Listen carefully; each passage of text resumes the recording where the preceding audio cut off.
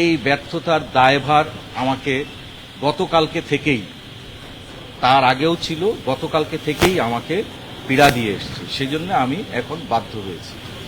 আমি অনেকগুলো অনিয়ম দেখেছি, অনেকগুলো মারাত্মক রকমের ত্রুটি দেখেছি, যেই ত্রুটিগুলো আসলে পুরো নির্বাচন প্রক্রিয়াটাকে প্রশ্নবিদ্ধ করেছে। এরকম পরিস্থিতিতে আমি নির্বাচন কমিশনের সকলে এই বিষয়ে